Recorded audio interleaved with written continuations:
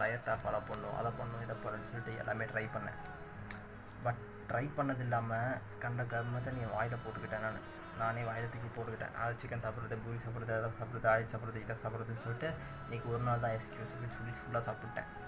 சாப்பிட்டு கம்முனி வீட்டில் அந்த படுத்துனா கூட எனக்கு இந்த பிரச்சனை இல்லை. திடீர்னு போயிட்டு ஃப்ரெண்ட்ஸ் கூட போயிட்டு ஜூஸ் குடிக்கிறேன் அப்படிங்கிற பேரில் பீட்ரூட் ஜூஸ் குடிச்சிட்டேன்.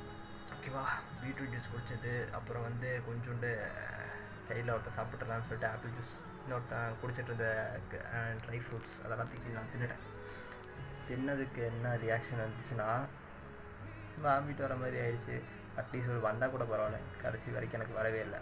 ஸோ என்ன பண்ணுறதுன்னு தெரியாமல் உட்காந்து உப்பு தண்ணி குடிச்சிட்ருக்கேன். புரியுதா?